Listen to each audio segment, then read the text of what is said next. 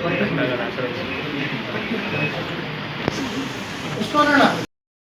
ವಿಧಾನಸಭಾ ಕ್ಷೇತ್ರಕ್ಕೆ ಸಂಬಂಧಪಟ್ಟಂತೆ 2025-26ನೇ ಸಾಲಿನಲ್ಲಿ ನಮ್ಮ ಶಿಡ್ಲಘಟ್ಟ ವಿಧಾನಸಭಾ ಕ್ಷೇತ್ರಕ್ಕೆ ಬಂದಿರತಕ್ಕಂಥ ಹಲವಾರು ಯೋಜನೆಗಳನ್ನು ಇವತ್ತು ನಿಜವಾದ ಫಲಾನುಭವಿಗಳಿಗೆ ತಲುಪತಕ್ಕಂಥ ಒಂದು ಕಾರ್ಯಕ್ರಮ ಇವತ್ತು ನಾವು ಈ ಕ್ಷೇತ್ರದಲ್ಲಿ ಆಯೋಜನೆ ಮಾಡಿದ್ದೇವೆ.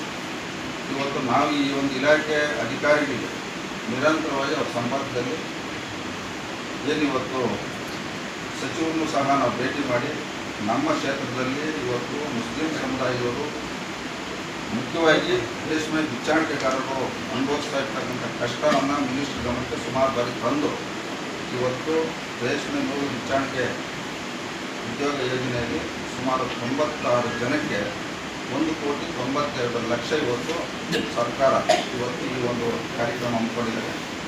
ಈ ಒಂದು ಕಾರ್ಯಕ್ರಮದಲ್ಲಿ ನಾವು ಏನು ಆಯ್ಕೆ ಆಗಿದ್ದೀರೋ ಈ ಒಂದು ಯೋಜನೆಯನ್ನು ಸದುಪಯೋಗಪಡಿಸ್ಕೊಬೇಕಂತ ತಮ್ಮಲ್ಲಿ ಮನವಿಯನ್ನು ಮಾಡ್ತಾ, ಅದೇ ರೀತಿ ಇವತ್ತು ಟ್ಯಾಕ್ಸಿ ಗೂಡ್ಸ್ ವಾಹನದ್ದು ಒಬ್ಬರು ಮತ್ತು ಸುದ್ದಿ ಪ್ರೋತ್ಸಾಹ ಯೋಜನೆಯಲ್ಲಿ ಇಬ್ಬರು ಅಂದರೆ ಒಬ್ಬೊಬ್ಬರಿಗೆ 1,1 ಲಕ್ಷ ಬರ್ತಕ್ಕಂಥದ್ದು. ಶ್ರಮಶಕ್ತಿ ಯೋಜನೆಯದು 3 ಜನ ಒಬ್ಬೊಬ್ಬರಿಗೆ 50,000 ಬರ್ತಕ್ಕಂಥದ್ದು. ಒಟ್ಟು ನಮ್ಮ ಶಿಡ್ಲಘಟ್ಟ ವಿಧಾನಸಭಾ ಕ್ಷೇತ್ರದಲ್ಲಿ 102 ಜನ ಸುಮಾರು 1,98,50,000 ರೂಪಾಯಿ ಇವತ್ತು ರಾಜ್ಯ ಸರ್ಕಾರ ಏನಿವತ್ತು ಕರ್ನಾಟಕ ಅಲ್ಪಸಂಖ್ಯಾತರ ಅಭಿವೃದ್ಧಿ ನಿಗಮದಿಂದ ಈ ಕ್ಷೇತ್ರಕ್ಕೆ ಕೊಟ್ಟಿದ್ದಾರೆ. ಈ ಸಂದರ್ಭದಲ್ಲಿ ನಾನು ರಾಜ್ಯ ಸರ್ಕಾರಕ್ಕೆ ಈ ಕ್ಷೇತ್ರದ ಎಲ್ಲರ ಪರವಾಗಿ ನಾನು ಧನ್ಯವಾದಗಳನ್ನು ಹೇಳ್ತಾ, ಏನಿವತ್ತು ನಮ್ಮ ಶಿಡ್ಲಘಟ್ಟ ವಿಧಾನಸಭಾ ಕ್ಷೇತ್ರದಲ್ಲಿ ಮುಸ್ಲಿಂ ಸಮುದಾಯದವರು ಇವತ್ತು ಯಾವ ರೀತಿ ಈ ಕ್ಷೇತ್ರದಲ್ಲಿ ವಾಸ ಮಾಡ್ತಾ ಇದ್ದಾರೆ, ಅವ್ರು ಜೀವನ ಮಾಡ್ತಾ ಇದ್ದಾರೆ ಸಂಪೂರ್ಣವಾಗಿ ನನಗೆ ಮಾಹಿತಿ ಐತೆ.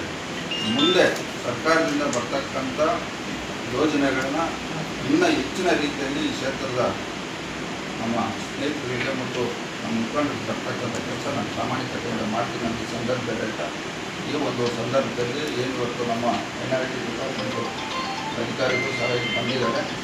ತಾವು ಸಹ ಇಲ್ಲಿ ಈ ಯೋಜನೆ ಬರ್ತಕ್ಕಂಥದ್ದು ಪ್ರಾಮಾಣಿಕತೆಯಿಂದ ನಿಜವಾದ ಫಲಾನುಭವಿಗೆ ತಲುಪಿಸ್ತಕ್ಕಂಥ ಕೆಲಸ ಆಗಬೇಕು. ಸಾರ್ವಜನಿಕರಿಂದ ಯಾವುದೇ ಇಲಾಖೆ ಬಗ್ಗೆ ದೂರು ಬರಬಾರ್ದು. ನಾನು ಯಾರಿಗೂ ಉದ್ದೇಶಪೂರ್ವಕವಾಗಿ ತೊಂದರೆ ಕೊಡುವಂಥ ವ್ಯಕ್ತಿ ಅಲ್ಲ. ಇವತ್ತು ನಮ್ಮ ಒಂದು ಆಡಳಿತ ಅವಧಿಯಲ್ಲಿ, ನಮ್ಮ ಒಂದು ಅಧಿಕಾರ ಅವಧಿಯಲ್ಲಿ ಜನಕ್ಕೆ ಒಳ್ಳೆಯದಾಗಬೇಕು. ಇವತ್ತು ನಮ್ಮ ಕ್ಷೇತ್ರದಲ್ಲಿ ಶಿಕ್ಷಣ, ಆರೋಗ್ಯ ಸರ್ಕಾರದಿಂದ ಬರ್ತಕ್ಕಂಥ ಯೋಜನೆಗಳು ಅಭಿವೃದ್ಧಿಪಡಿಸ್ತಕ್ಕಂಥದ್ದಾಗ್ಬೋದು, ಜನರು ಬಳಸ್ತಕ್ಕಂಥದ್ದಾಗ್ಬೋದು. ಇವತ್ತು ಇದರಲ್ಲಿ ಗಂಗಾ ಕಲ್ಯಾಣ ಯೋಜನೆ ಬಂದಿಲ್ಲ, ಅವ್ರನ್ನ ಕರೆಸಿ ನಾವು ಏನು ಸ್ಪೆಷಲ್ ಹೇಳ್ತೀರೋ ಮೆಟೀರಿಯಲ್ಲು ಆ ಮೆಟೀರಿಯಲ್ ಬೋರ್ವೆಲ್ಸ್ಗೂ ಸಂಬಂಧಪಟ್ಟದ್ದು ಕೊಡೋಂಥದ್ದು. ಈಗ ಇಲ್ಲೇ ಏನಾಗುತ್ತೆ ನಾನು ನೋಡ್ತಾ ಇದ್ದೀನಿ. ನನ್ನ ಉದ್ಯೋಗದಲ್ಲಿ ಜನಕ್ಕೆ ಒಳ್ಳೆಯದಾಗಬೇಕು, ಇದನ್ನು ನಾವು ಸರ್ಕಾರ ಕೊಡ್ಬೇಕು ಅಂತ ಹೇಳ್ತಾ ಈ ಒಂದು ಕಾರ್ಯಕ್ರಮದಲ್ಲಿ ಭಾಗವಹಿಸ್ತಾರೆ. ಗೌರ್ಮೆಂಟ್ ನಮ್ದು ಬರ್ತದೆ ಇದು ಲಕ್ಷ ಕೊಡ್ತಾ ಇದ್ದೀವಿ.